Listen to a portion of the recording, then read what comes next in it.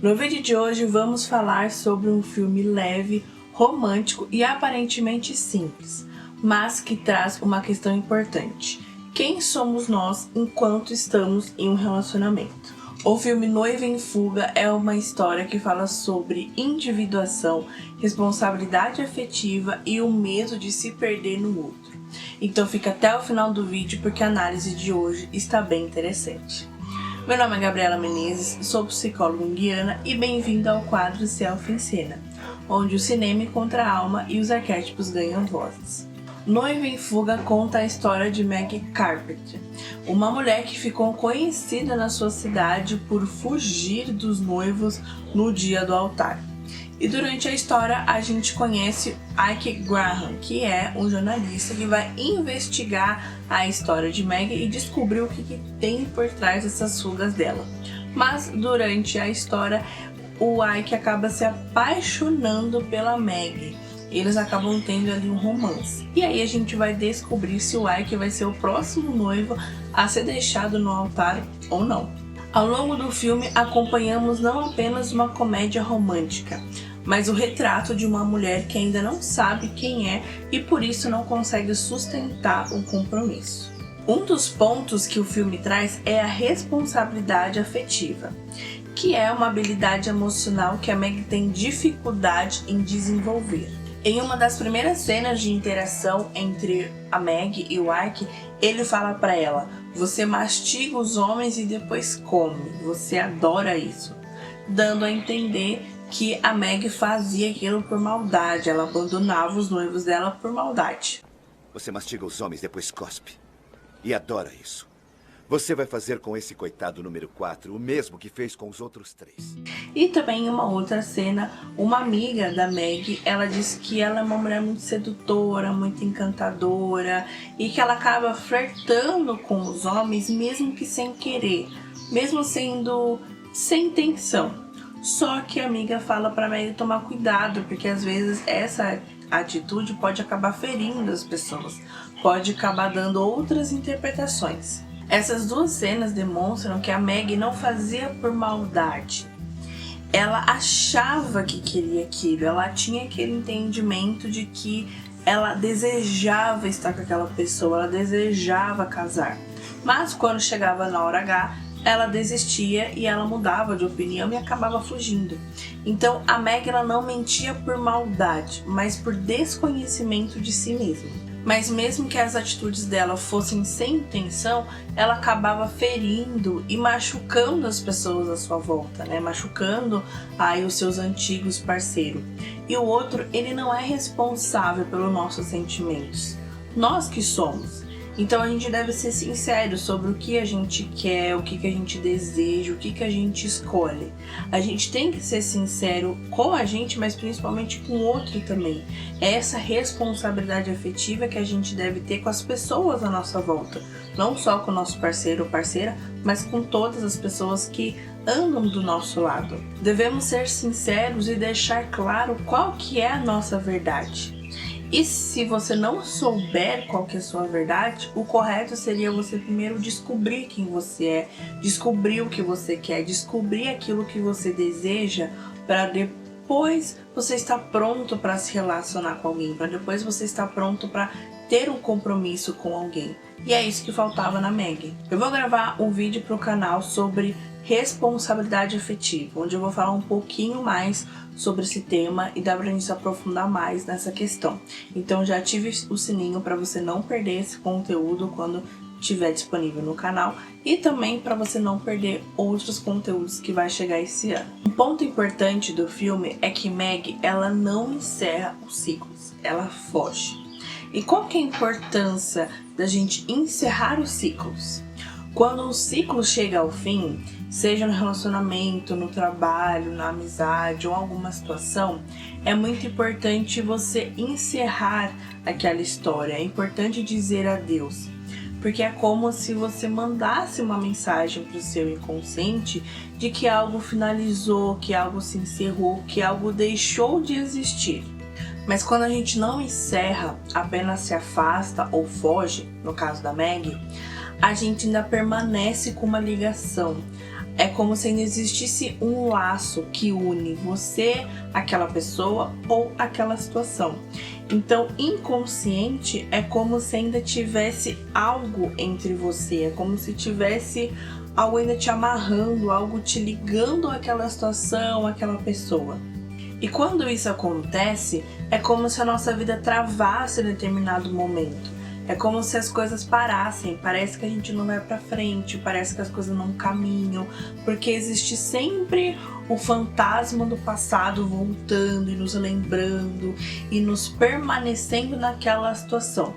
E foi o que aconteceu com a Maggie, né? O fato dela não encerrar os ciclos fazia com que toda a cidade se lembrasse do que tinha acontecido. Todo mundo zombava e zoava com ela que é o quarto noivado, é o quinto noivado dela. Então, o fato da Maggie não encerrar fazia com que esse fantasma do passado sempre vinha para assombrar ela, sempre vinha mostrar qualquer história dela. Maggie pode não ser a piada mais antiga da cidade, mas com certeza é a mais rápida. Por isso que é importante a gente encerrar, a gente fechar a porta, a gente dizer adeus para aquela situação, para aquela pessoa, para o nosso passado. Não para esquecer, mas justamente para a gente conseguir seguir em frente, para a gente conseguir encerrar aquilo que já deixou de existir. E se já deixou de existir, por que você está tão apegado a isso? Além disso, no caso da Maggie, a falta de fechamento fazia com que ela repetisse o mesmo comportamento. Então ela ia acumulando noivado por noivado, justamente porque ela estava presa nesse ciclo vicioso, nesse looping, de que ela não conseguia encerrar. Ela tinha um noivado, fugia e iniciava outro. Então isso fazia com que ela ia acumulando situações parecidas para a vida dela. Fugir do casamento simboliza fugir da sua própria identidade, da sua verdade e do confronto com a pergunta: quem sou eu nesse vínculo? E ao invés da Maggie ir atrás dessa resposta, ela escolhia fugir. Com isso, ela tinha uma falta de fechamento e as coisas se repetiam novamente. Mas como que eu saio desse ciclo vicioso? Fazendo exatamente aquilo que a Maggie fez. O tema central do filme não é o romance, mas o processo de individuação da Maggie. Ao longo da história, percebemos que ela molda os gostos, os hábitos e os costumes de acordo com o parceiro da vez. O problema nunca foi o homem e o parceiro, e sim a falta de reconhecimento da própria Maggie. Ela se apaixonava pela ideia do que o parceiro deseja para ela. Então ela permitia que o parceiro fosse escolhendo a vida dela, escolhendo a trajetória dela, escolhendo o casamento, escolhendo como que seria a vida dos dois.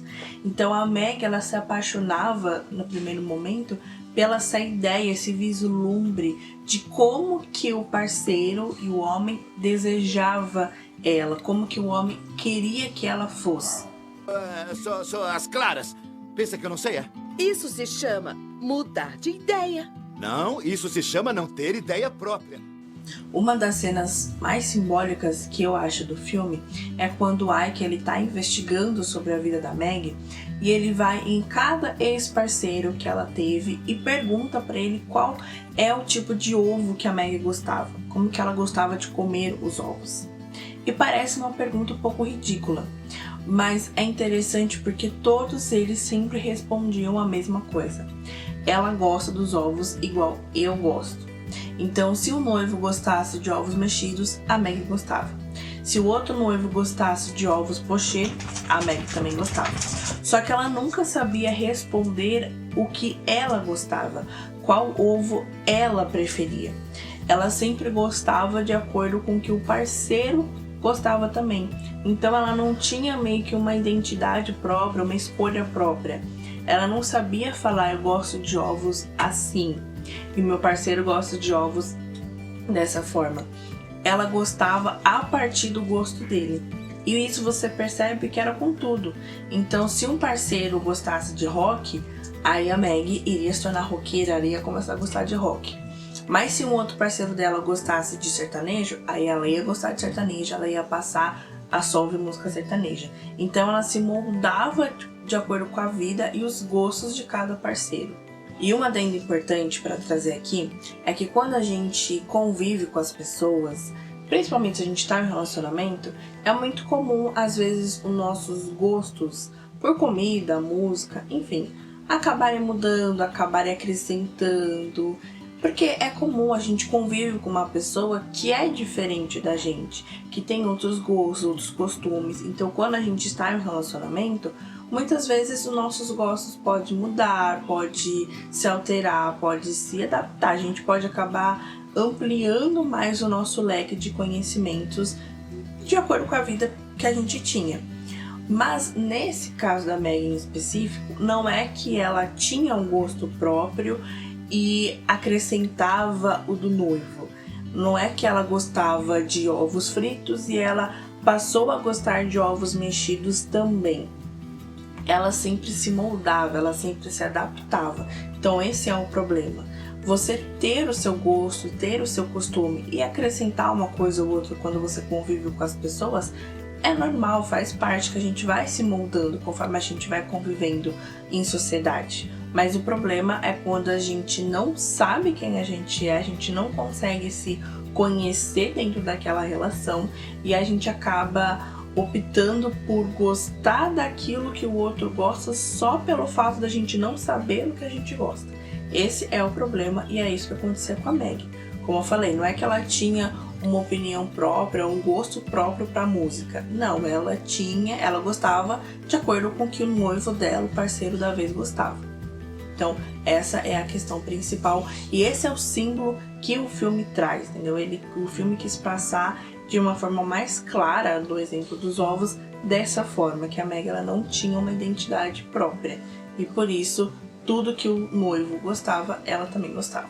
E quando a Meg decide se conhecer, ela passa a questionar quem ela é, o que ela realmente gosta, o que ela deseja.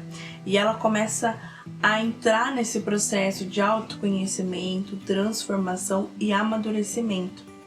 E aí ela começa a entender o motivo das fugas.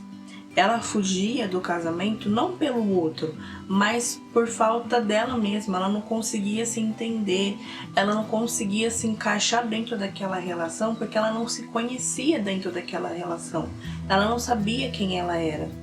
Então ela começa a perceber que ela precisava fazer ao contrário. Ao invés de noivar para descobrir a sua verdade, ela precisava saber quem ela era, ela precisava se conhecer para depois estar pronta para um relacionamento. A outra pessoa só teve metade da culpa porque eu tinha feito de tudo para convencê-lo de que eu era exatamente o que ele queria. O amor verdadeiro só se torna possível quando existe um eu para amar. Uma curiosidade interessante desse filme é que a Julia Roberts e o Richard Gere, que fazem a Meg e o Ike, eles já tinham trabalhado juntos no filme Uma Linda Mulher. E a química dos dois e o sucesso foi tão grande que eles acabaram pensando nesse casal quando eles estavam escrevendo o roteiro para Noiva em Fuga. E diferente do filme de Uma Linda Mulher, que conta a história de um romance clássico, A Noiva em Fuga ela é uma história que não foca em um final feliz, apesar de ter ali um final clichê. Mas o foco principal é o crescimento emocional da personagem. Então o foco é na individuação daquela personagem. O grande ensinamento do filme é que não existe um relacionamento saudável sem individualidade. E uma frase final que simboliza e resume a moral do filme é: que nesta vida que vocês compartilham, possa sua individualidade fortalecer o seu amor. Amar não é se adaptar completamente ao outro, mas compartilhar quem você é. Meg só consegue escolher o amor quando ela escolhe a si primeiro. E a reflexão mais importante do filme é: antes de dizer sim para o outro, é preciso dizer sim para si. Se essa análise fez sentido para você, curta e compartilha com aquela pessoa para vocês refletirem sobre a análise desse filme. Até porque todos nós somos ou já fomos uma Meg. Coloca aqui nos comentários também o que você achou dessa análise e se você já tinha entendido esse significado. Para mais vídeos reflexivos e também análises de filme, se inscrevam no canal É Psique. Até o próximo vídeo!